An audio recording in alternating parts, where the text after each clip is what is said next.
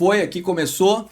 Boa noite a todos, sejam todos muito bem-vindos ao primeiro de muitos do Chama RS, com a presença ilustre. Vocês já estão vendo ele na tela. Não é nada menos do que um digital político que faz análises políticas do Estado e do Brasil. E quem sabe do mundo, viu?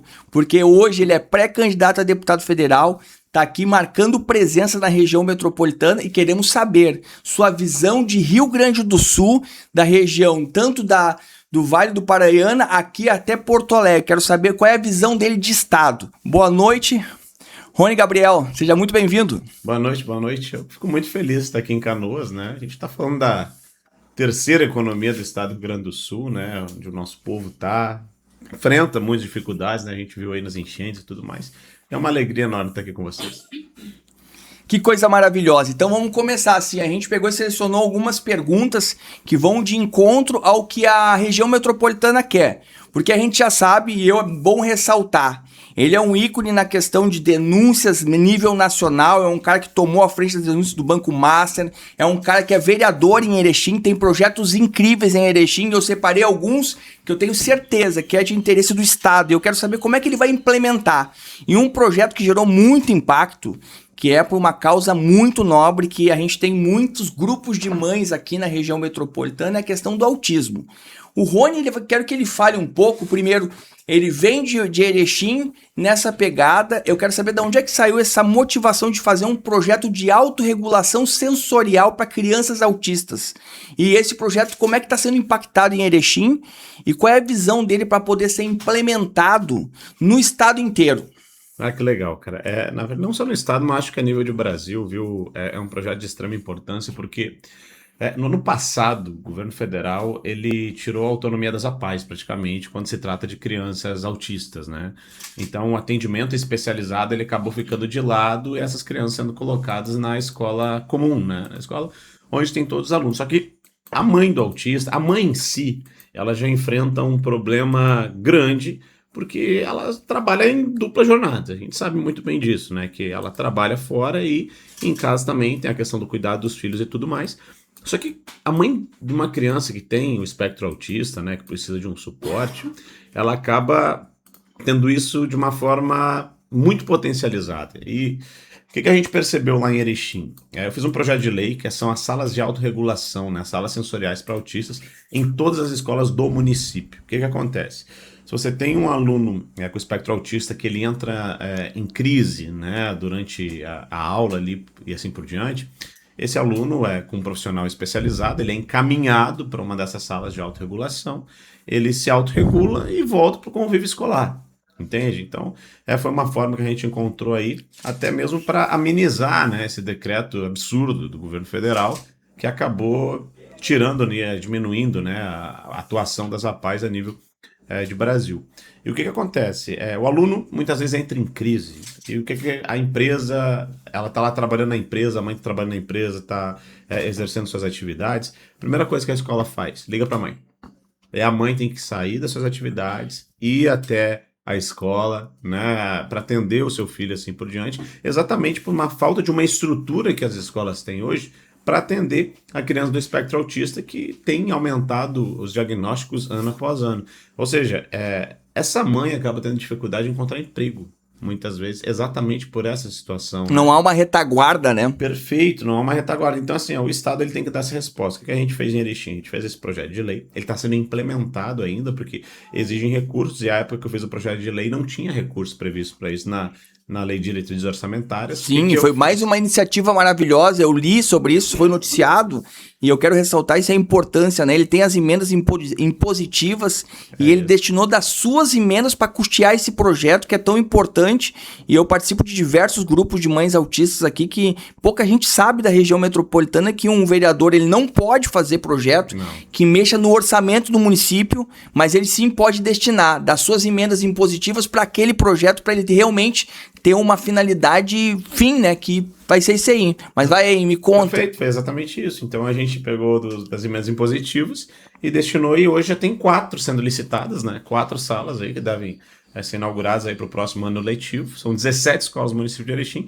Acredito que até o fim desse ano aí a gente consiga destinar mais valor para que mais salas de autorregulação sejam Agora, o que o pessoal de Canoas, Esteio, Sapucaia, Porto Alegre e Alvorada quer saber, como é que esse projeto de autorregulação sensorial, além de expandir ele, há outros planos de inclusão para pessoas com deficiência que tu tem em mente? Porque é uma bandeira que tu pegou em Erechim, é o primeiro da história, né?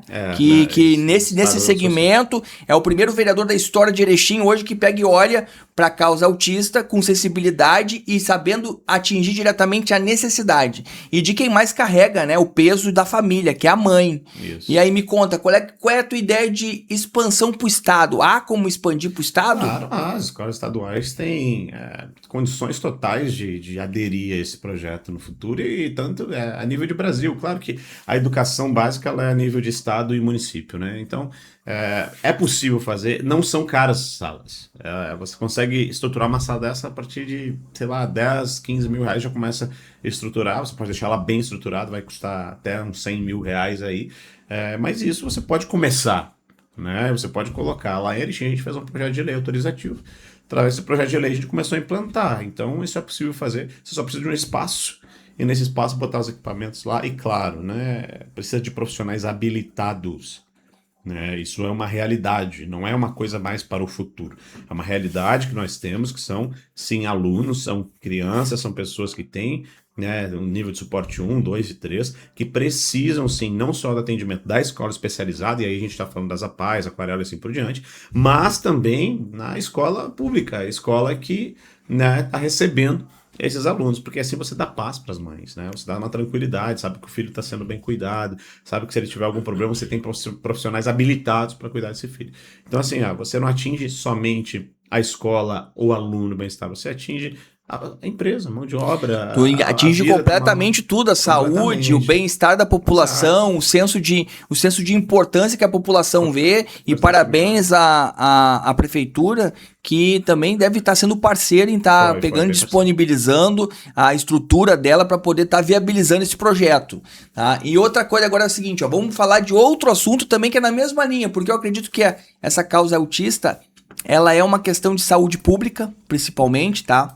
Mas a gente quer saber o seguinte, uma pergunta da página Olho na Cidade Esteio News, que é aqui da região metropolitana, bem focado. Durante o governo Eduardo Leite, foi previsto agora aqui, em torno de 58 praças de pedágio no Rio Grande do Sul. Tá? Aí eu quero saber sobre pedágio agora, porque é a pergunta deles ali. Foram previstas 58 praças. Como podemos equilibrar a necessidade de infraestrutura e mobilidade sem que impacte diretamente o aumento no custo do transporte de alimento, combustível? Qual é a tua visão hoje, visão de Estado? Porque, para quem não sabe, o Rony ele é pré-candidato a deputado federal, então para isso a gente precisa saber dele a visão de Estado, de Brasil, porque para representar o povo gaúcho a gente precisa saber os anseios e visões dos nossos pré-candidatos. Me conta, em relação a pedágios, como resolver esse impasse que está passando aí no Estado? Tá, nem muito a um lado, nem muito a outro. O que eu quero dizer com isso? Existe um projeto de lei na Câmara Federal, isso acaba sendo da minha atribuição, caso eu venha a me tornar um deputado federal, que é a limitação do IPVA em 1%. Tá? É um projeto que a gente vai abraçar com todas as forças para fazer essa limitação, que já vai baixar um imposto aí que eu acho um absurdo os valores que são pagos do IPVA. Esse é o primeiro ponto. 3 a 4%, né? Isso, 3 a 4%, baixar e limitar em 1% para todo o Brasil. Só que quando a gente fala de pedágio e infraestrutura, a primeira coisa que a gente precisa tratar, esse projeto que foi trazido pelo governo do Eduardo Leite é horrível, tá? É um projeto muito ruim, por quê? Porque o custo é muito alto. A forma com que ele foi feito, 30 anos para ter os investimentos, o valor dos pedágios, porque a quantidade de praças no fim do dia não importa, desde que o que importa mesmo é o valor do quilômetro. Tá? Então, por exemplo, se você vai ter 4 praças de pedágio em um trecho de 100 km, por exemplo, uma praça a cada 25 km, e você vai ter uma cidade ali no meio, o cidadão que sai daquela cidade vai pegar só 2 praças de pedágio, vai pagar metade do preço. E se tu tiver só uma praça de pedágio, você vai acabar pagando o valor inteiro. Então, quantidade de praças não importa, mas o valor do quilômetro importa. E esse valor do quilômetro que é colocado pelo Eduardo Leite, para você ter ideia, na minha região de Erechim, seriam 4 praças de pedágio entre Erechim e Passo Fundo, no valor... Próximo, né? É muito próximo, 70 quilômetros, 4 praças de pedágios, mas cada uma no valor ali de 12, 15, 16 reais, depende de quanto que vai ser aportado pelo governo do estado. Ou seja, existe um problema muito grave nisso. Agora, tem outro lado. Qual que é o outro lado? É fato que o governo do estado do Rio Grande do Sul, a partir do ano que vem, vai ter que começar a renegociar suas dívidas. É fato que o governo do estado do Rio Grande do Sul não tem dinheiro para investimento nas estradas. E o que faz um estado desenvolver é a infraestrutura. Um exemplo muito simples, vocês podem ver o Paraná, que avançou muito nos últimos anos, principalmente com o governador Ratinho. Você vai perceber que lá no Paraná teve mais praças de pedágio, foram 56 praças de pedágio colocadas, mas com valores justos. E essa que é a grande questão. Se for um valor justo, um valor baixo, e a gente tem um exemplo de sucesso aqui no Rio Grande do Sul, que é, por exemplo, quando você sai de Soledade e vem até Porto Alegre, por exemplo, são pedágios de R$4, né? Você chega a pagar, saindo de Soledade e Porto Alegre, algo em torno de 16, 17 reais um carro, por exemplo, mas são pistas que estão sendo duplicadas, você vê as obras acontecendo, são pistas muito boas para rodar, pistas seguras, e isso também é importante. O estado do Rio Grande do Sul hoje tem um porto, né? Agora está para sair outro porto ali em Arroio do Sal. Santa Catarina tem 5 ou 6 portos, tem 5 aeroportos. Aí vão me dizer, poxa, mas Santa Catarina não tem pedágio, como é que funciona? Gente, Santa Catarina também tem as estradas que mais matam no Brasil, e eles têm um ICMS extra para transporte rodoviário, que é 4 vezes o valor do pedágio. É importante saber que são coisas que até eu mesmo, que tô sempre aí ligado nas notícias, não tava por dentro, tá? Outra coisa que o governo do estado pegou e fez aqui para nós, e influencia muito, você que é de Canoas, e você que é referenciado em Canoas, tá? Aí dos 156 municípios que tem como referência a saúde pública da nossa cidade de Canoas. Eu separei aqui, enquanto eu tô conversando com o Rony, eu tô separando quais as perguntas hoje eu posso pegar e que sejam de interesse da nossa região. E aqui estão me perguntando muito sobre o programa Assistir. O programa Assistir é um repasse o pessoal mandou aqui, recurso conforme a demanda de atendimento. E isso resultou numa redução de cerca de 22 milhões de reais para Canoas.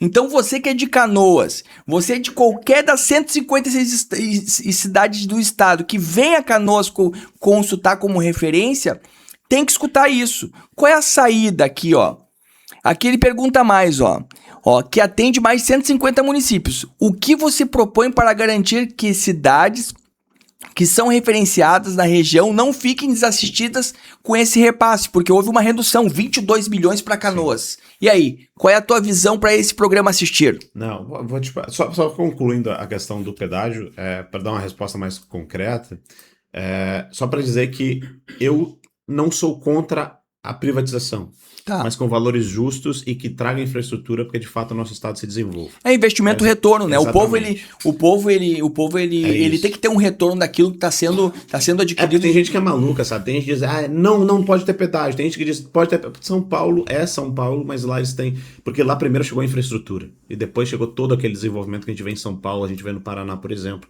Então o estado do Rio Grande do Sul tem que sim investir em infraestrutura, mas não nesse modelo que foi apresentado. Um modelo mais justo, com valores menores, mas que permitam, por exemplo, que você tenha rodovias de alta qualidade para você escoar, né, a sua produção. Agora, falando do programa Assistir, eu vou ser bem sincero com você.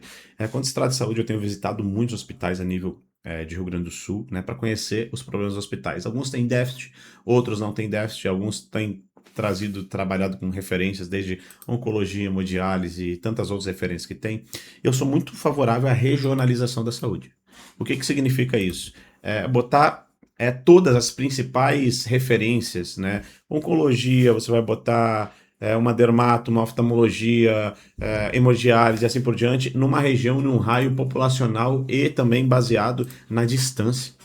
Esse que é o grande ponto. Você acabou de falar, são 100 e quantas cidades são atendidas em Canoas? 156 cidades referenciadas. Tu entende que não precisava? Ainda mais depois da enchente ainda que afetou um dos nossos hospitais. Então o programa Assistir ele vem defasando o repasse que é de interesse não só do canoense, que é importante ele escutar isso, mas de 156 cidades ao redor. Agora, você já parou para pensar o que passa uma pessoa que dali a pouco tem que fazer 250 quilômetros para ser atendido em Canoas numa oncologia, chega aqui, que é a faz rotina. uma quimioterapia e volta de carro passando mal, volta de um ônibus, volta. Ou seja, tem que ter referências a níveis regionais, porque a gente está falando lá da fronteira oeste, por exemplo, que uma cidade fica mais longe da outra, você tem que ter as referências ali. Você tem que ter as referências lá no Alto Uruguai, na região Nordeste, você tem que ter referência na região aqui do litoral, assim como na região Sul. Ou seja, claro que você vai acabar focando muito mais aqui na capital e na região metropolitana, porque aqui tem a maioria das pessoas e você tem que ter muito mais centro de referência. Mas a saúde de Canoas tem que atender Canoas, porque vocês têm quantos milhões de habitantes, quantos mil habitantes aqui? Em torno de 350 mil habitantes. 350 mil habitantes, mais alguns milhões em Porto Alegre, mas aí tem Novo Hamburgo, aí tem... uma quantidade imensa, enorme de cidades que precisam ser referência sendo próxima para que esse atendimento seja próximo da sociedade. Então, muitas vezes o problema não está na perda do repasse em si, mas está na quantidade de pessoas que você está atendendo aqui e essas pessoas, porque assim, a gente fala sempre em números, né? É uma coisa muito triste. A gente fala em números, mas a gente não esquece que a gente está tratando de um paciente. Qual que é a condição que esse paciente está chegando aqui? E por que ele tem que vir até aqui? Você já parou para pensar que se você regionaliza essas questões da saúde, principalmente se tratando das especialidades, você tem um atendimento melhor, mais rápido, de mais alta qualidade, e ao invés de eu investir tudo aqui, eu posso investir lá na cidade do cidadão que está vindo até Canoas, e ele não precisar vir até aqui ter uma qualidade de vida melhor. Reduz todo o custeio da máquina pública, né? Desde o transporte, manutenção, questão dos funcionários que estão envolvidos no translado do paciente.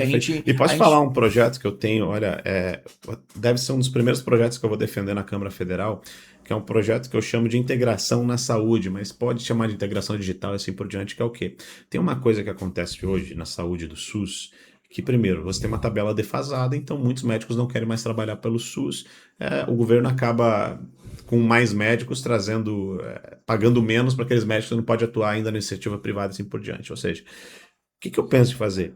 Hoje você faz um exame no postinho, você chega no hospital, vai ser atendido por um clínico geral, ele pede o mesmo exame, você tem que fazer de novo. Aí ele diz, não, peraí, vi esse exame, você tem que ir para uma especialista. Tu vai para uma especialidade, já vai para um outro hospital muitas vezes. Faz de novo o exame. Você chega a fazer 3, 4 vezes o mesmo exame porque você não tem um sistema integrado, que o primeiro exame já valha para o último, e o último médico já tenha todo o histórico daquele paciente por onde ele passou, uma espécie de carteirinha de vacinação digital que você tem dos exames que aquele paciente fez. Eu já ouvi falar sobre isso, até mesmo de prontuário digital, é uma questão difundida pelos médicos, técnicos de enfermagem, porque quando tu te desloca de uma cidade a outra, como não há uma comunicação entre as UBSs, entre o Sistema Único de Saúde com uma forma ampla, a pessoa fala assim, tá, mas peraí, eu não sei o que aconteceu contigo regressamente. Faz ideia do custo, que isso gera um custo de 20% a 30% a mais. É um reincidente. Que é um valor que você pode utilizar para atualizar a tabela SUS. Às vezes o atendimento está mais facilitado em uma determinada cidade, a pessoa solicita naquela cidade, ela entra na fila de requisição dos exames, ela vai para outra e ela permanece em 2 filas. 2 filas. Porque às vezes tem um pai em Porto Alegre. Mas em Porto Alegre eu vou lá no posto para me poder requisitar uma endoscopia. Exatamente. E em Canoas eu estou na fila. Aí tu acaba obstruindo e fazendo com que uma demanda reprimida que aumenta todo dia de maneira cativa e contínua. Exatamente. Porque a pessoa vai pegando e vai procurando lugar. A gente vê que às vezes tem pessoas que levam as crianças em Nova Santa Rita, que também daí daqui a pouco está recebendo pacientes de outros municípios e acaba sobrecarregando o sistema de saúde do próprio município, que às vezes não tem verba destinada para aquele fim. E com um projeto desse, poxa, tu vai viajar, passou mal, sei lá no Nordeste, foi atendido lá no Nordeste, voltou de viagem aqui para Canoas.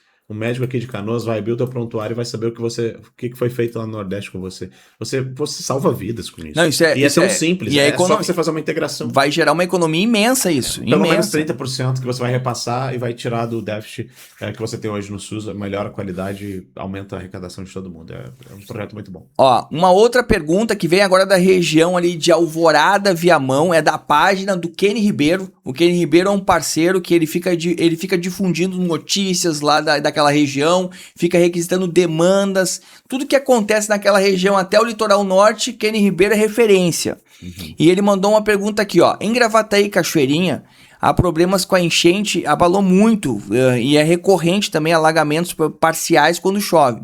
O plano de estimado são 450 milhões de reais em obras da bacia do Rio Gravataí. Na sua visão, um deputado federal, um pré-candidato a deputado federal pode fiscalizar e articular para que essas obras realmente saiam do papel e se tornem realidade concreta para aquela população ali? Olha, não só pode como deve. Claro que a maioria dessas obras elas são de cunho estadual e municipal, né? Só que a gente tem que estar de olho nisso, porque eu costumo dizer que tu só valoriza o airbag quando sofre um acidente, né? Valoriza o para-raio quando cai o raio, né, no prédio, ou o seguro quando você bate o carro. A verdade é essa. Então, assim, ó, essas obras preventivas, elas têm que ser feitas aqui no estado do Rio Grande do Sul, porque a gente está vivendo um momento climático, mesmo sendo cíclico, que é importante que nós tenhamos isso no estado do Rio Grande do Sul. Só que para isso, muito além das obras, você precisa ter um bom senso, por exemplo, dessa galera que eu chamo de militante ambientalista.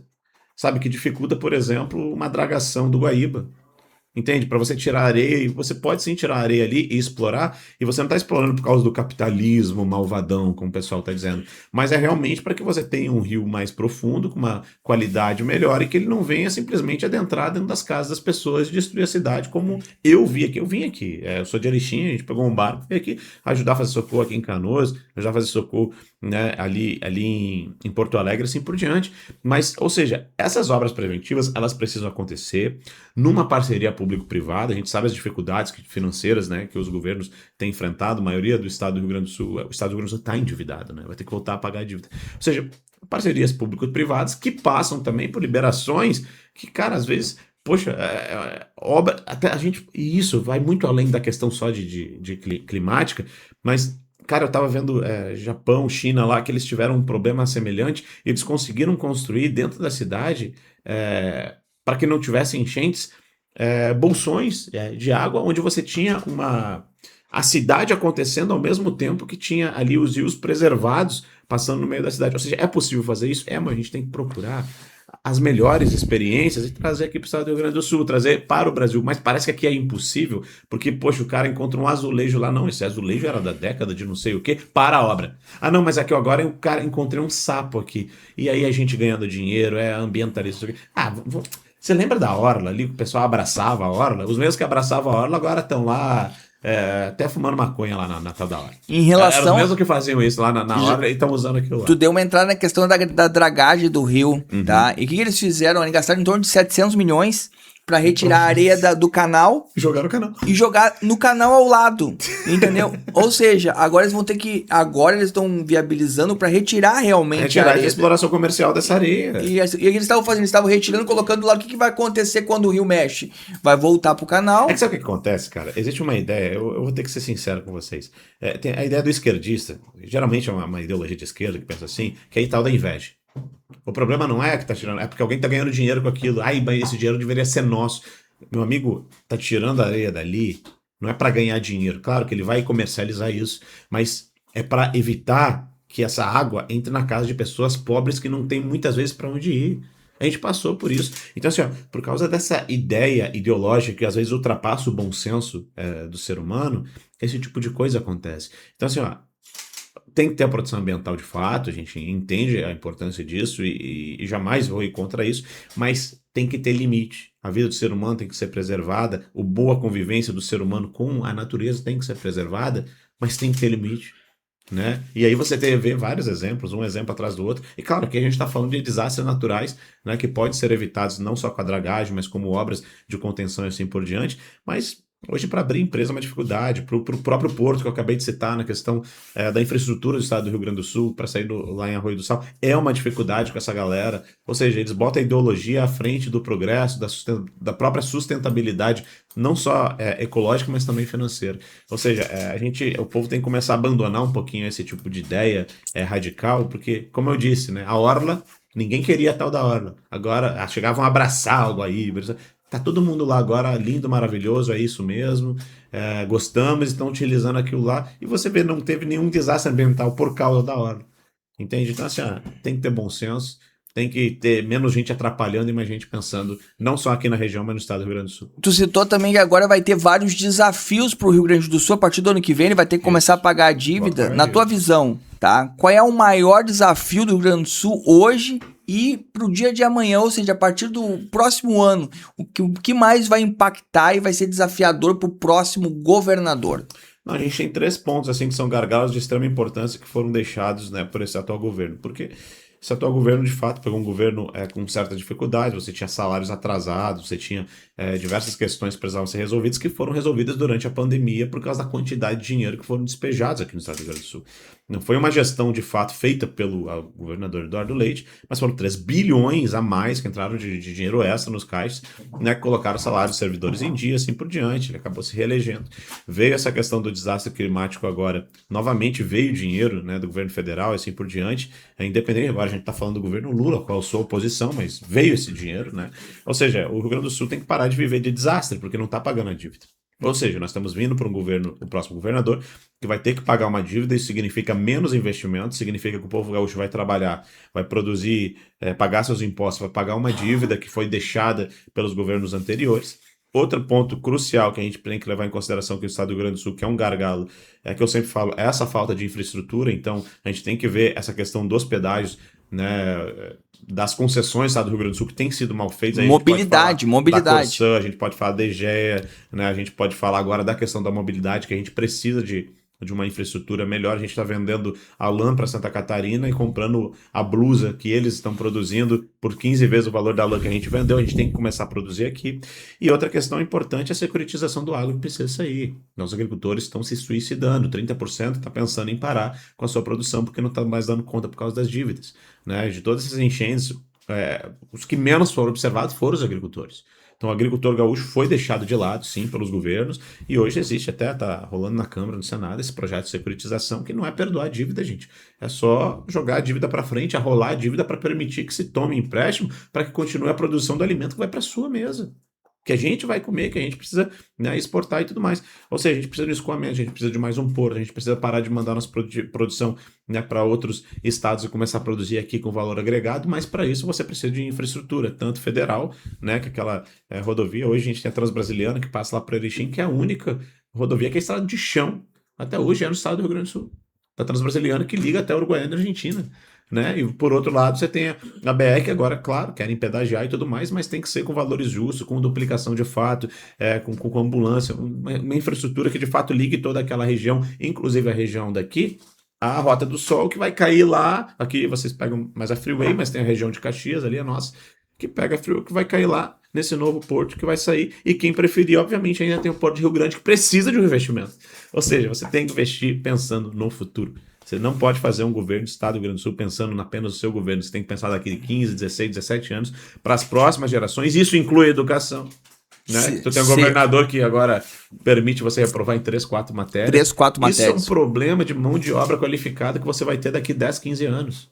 Entende? A gente tem que mudar essa mentalidade do estado do Rio Grande do Sul, que já foi primeiro em tantas coisas, 25º em educação, isso vai refletir no futuro. Então, são muitos gargalos, né? São muitos gargalos e o pessoal pode acompanhar o seguinte, que para ser pré-candidato a deputado federal tem que conhecer não somente uma cidade, duas, mas o estado inteiro.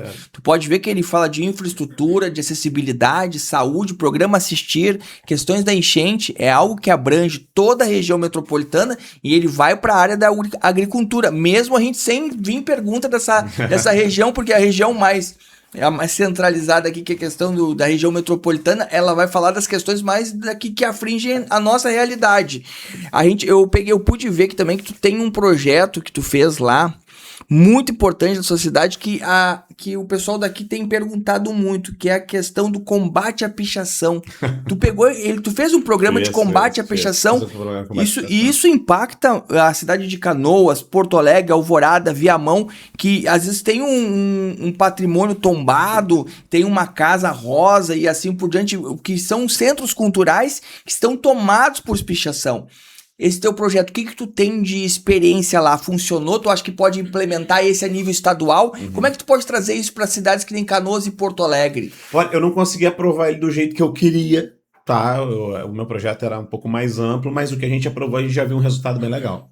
Tá? A gente já viu uma diminuição, assim, ó, bem grande nas pichações do município de Erechim, né? Porque a gente criou multas pesadíssimas, a gente tá falando de multas de 5 mil vezes 10 na reincidência, assim por diante, né? A gente criou essas multas. Só que assim, no meu projeto original, né, que eu não consegui implementar completamente, eu tive alguma resistência, eu previa também a proibição de assumir cargos públicos. Se estivesse estudando em universidade pública, alguma coisa nesse sentido, ia tomar uma punição de 6 meses também, estudar, não podia assumir cargos públicos, não podia assumir concurso, né? Ou seja, até de duas formas, ou você ia lá e pintava a parede que você pichou, né? Você limpava, deixava do jeito que estava, como uma contrapartida, ou paga uma multa e você não pode assumir cargo público por 8 anos. Existem alguns estudos estudos de convivência social que ele fala que a pessoa ela se adequa conforme o nível da punição que vai haver daquela atitude dela que não se adequa à questão das regras da sociedade. E sabe por que isso é importante fazer nos municípios? Porque hoje o crime de pichação ele existe, tá? Né? Que é dano ao patrimônio público, mas ele é tão irrisório que ele não afasta a pessoa de cometer esse tipo de crime. Então, assim, quando você cria multas administrativas, agora tem até um projeto de quem fuma maconha aí na praça e tal, em espaços públicos vai tomar as punições e tudo mais, porque quando a lei criminal ela não atinge, o município ele tem que agir. E vamos combinar, você chega num lugar que tá bonito, você se sente bem naquele lugar. As pessoas se sentem melhor para trabalhar, as pessoas se sentem melhor para sair de casa, para ir para escola. Agora, tô num lugar todo pichado, todo destruído, todo feio. Cara, o clima daquela cidade vai no chão. É o princípio dos vidros quebrados, né? Que é o estudo dos 2 americanos. Exatamente lá. Isso. Aquilo ali é fundamental e é importante que as pessoas coloquem no Google o estudo dos vidros quebrados. Aquilo ali é fundamental para que a gente consiga manter uma cidade, um estado de qualidade é necessário. A gente sabe que esse é um grande problema porque a nossa legislação penal, por exemplo, ela é federal. E isso não se adequa às realidades de um Brasil que é continental, né? Então, existem algumas coisas que eu acho que deveriam ser estadualizadas, como é nos Estados Unidos. Por exemplo, Estados Unidos tem estados que você permite o uso de drogas, tem outros que não. Tem estados que você pode ter arma, no outro que não. Ou seja, eles se adequam conforme a cultura daquele estado. E algumas poderiam ser municipalizadas, com punições reais, inclusive com prisão, que é o caso das pichações. Cara, na minha cidade, se quer pichar na tua cidade, picha, mas aqui nessa cidade, se você pichar, vai preso. Onde é que ele vai pichar? Ele vai pichar na outra cidade, que ele não vai preso. Outra. E aí você acaba tendo exemplo, a outra proíbe também. E assim por diante, porque, cara, eu acabei de passar ali no centro de Porto Alegre, sabe quem que tava limpando a pichação? Uma senhora, uma trabalhadora. E a maioria dessas pichações tem cunho ideológico, de pessoas que querem se manifestar através... Não é nem arte. A gente tem, no meu projeto de combate à pichação, a pessoa era obrigada, uma das formas dela se livrar da multa, ela fazer uma oficina de grafite para aprender a transformar aquilo em arte, uma arte real que pode ser contratada, que pode ser implementada. Agora, o cara vai lá, fica riscando parede, sei lá, fora Bolsonaro, sabe? Ou às vezes com uma grafia que a gente nem tem, com uma linguagem pessoal deles, né? Exato, então assim, aquilo deixa feio. Então assim, a gente não tá aqui contra o cara que faz a arte de fato, a gente tá contra aquele cara que destrói o patrimônio do outro. Tem uma matéria muito legal, um vídeo, né, que uma repórter acompanhou um cara, um pichador no dia a dia, ele pichando. Aí ela foi até a casa dele o muro. Tá aí na tua casa, não tem pichação? Não, aqui na minha casa não. Você é um vagabundo, pô. Você não sem vergonha. Um cara desse tem. Como é que não vai punir um cara desse? Vai achar bonito. Marmanjo ainda, né? Um vagabundo lá, marmanjo, pai de família, pichando o muro dos outros. E aí, você concorda? Coloca aqui abaixo, vamos comentar. E outra coisa, ó, bateu 30 minutos. O Rony, ele passou aqui para nos dar essa presença ilustre aqui, porque tinha muita demanda de pergunta que ele sanou aqui sobre todas essas coisas, até da agricultura, de mobilidade, ele foi falando aqui. Então deu 30 minutos, Rony, vou ter que pegar e encerrar por aqui, porque eu sei que tu tem um compromisso, uma agenda acirrada, assim, uma coisinha atrás da outra. Deixa uma mensagem para o povo da região metropolitana. O que eles podem esperar do Rony como pré-candidato a deputado federal? O Rony, qual é a visão dele que ele quer ver no estado do Rio Grande do Sul e como Brasil? Acho que primeiro, quem não me conhece, é importante que conheça o meu trabalho, né, através das minhas redes sociais, @RonyGabriel, é lá. Vocês vão descobrir, né? Provavelmente as pessoas já ouviram muito falar de mim por causa da denúncia do Banco Master, né? Que eu rejeitei 2 milhões ali para fazer um trabalho para eles e acabei denunciando e o cara acabou sendo preso. Eu não ia entrar nesse assunto porque o povo aqui de Canoas, região metropolitana, ele quer saber da enchente, ele quer saber da mobilidade, programa Assistir, e hoje tu é conhecido no nível nacional. Sim, e é importante ressaltar, já que ele ressaltou isso, o que eu mais admiro nesse trabalho que ele vem desenvolvendo lá em Erechim pro Brasil é o seguinte: hoje em dia, se pergunta quem de vocês hoje conhece alguém que rejeitaria 2 milhões de reais para falar bem de um banco? Ele pegou e fez o quê? Ele botou à frente da questão da política os princípios dele. E isso são coisas que tem que ser levadas em consideração, ponto. entendeu? Foi rejeitado 2 milhões de reais porque ele acha que isso vai destruir o Brasil. E a conduta dele merece ser aplaudida. Eu não quis falar sobre isso porque já é amplamente discutido, mas já que ele falou, a população às vezes não sabe que aconteceu isso e ele foi fundamental para essa denúncia do Banco Master. Pesquisem, coloquem Rony Gabriel, Banco Master, vai aparecer ele falando. Se quiser falar um pouquinho sobre isso, tá liberado, mas tá aí, pode encerrar porque tá estourando o tempo. Não, mas aqui. De modo geral é isso, e geralmente é o recado que eu deixo no final, tem muito a ver com isso, né? Porque a honestidade, ela é a obrigação da gente. Eu sempre falo isso, eu costumo falar, eu tenho 2 filhos pequenos e a política, eu decidi entrar pra política, a política muitas vezes ela é injusta, né, com os bons políticos, porque todo político é ladrão, todo político não presta. Eu tenho certeza que no futuro vão olhar para os meus filhos e dizer, teu pai é político, meu filho vai dizer, mas meu pai é esse político, entendeu? Então isso eu acho que as pessoas elas têm que voltar a acreditar não na política, mas voltar a acreditar em si mesmas, voltar a acreditar na sua sociedade, no seu povo, que tem gente de bem ainda trabalhando por isso. E eu tenho certeza que não é o Rony, mas o meu sonho é ter uma geração inteira que venha com uma mentalidade diferente, não só da política, mas de sociedade, do que dá para fazer, dá para mudar esse país, dá para melhorar esse país, e se possível seja você, né, uma pessoa, um agente de mudança aí. Então, uma alegria estar aqui com vocês. Estou aqui com a vereadora Larissa, tá gravidinha, a vereadora que eu admiro, faz um trabalho excelente aqui. Então, mais uma vez, eu agradeço a todos que permaneceram na live até agora. Mandem suas perguntas que eu vou encaminhar para o time dele. Se ele quiser deixar o contato dele, qual é que é o teu telefone de contato da tua equipe que entra em contato contigo para saber mais. Rapaz, pior que eu não sei o telefone do contato da minha equipe. Mas tá, vou colocar no primeiro comentário aqui fixado. Fechou. Aqui para que a população saiba e poder entrar em contato. Porque se tu gostou das propostas, da visão de Rio Grande do Sul e de Brasil, começa a seguir aí Rony Gabriel aí no Instagram. E manda um direct lá que eu vejo todos, tá? Eu leio tudo que me mandam lá, pode me mandar. Com 2 milhões de seguidores, ele vê todos. Entendeu? Ele não é um homem, ele é uma máquina, tá? Boa noite mais uma vez, um abraço. Valeu.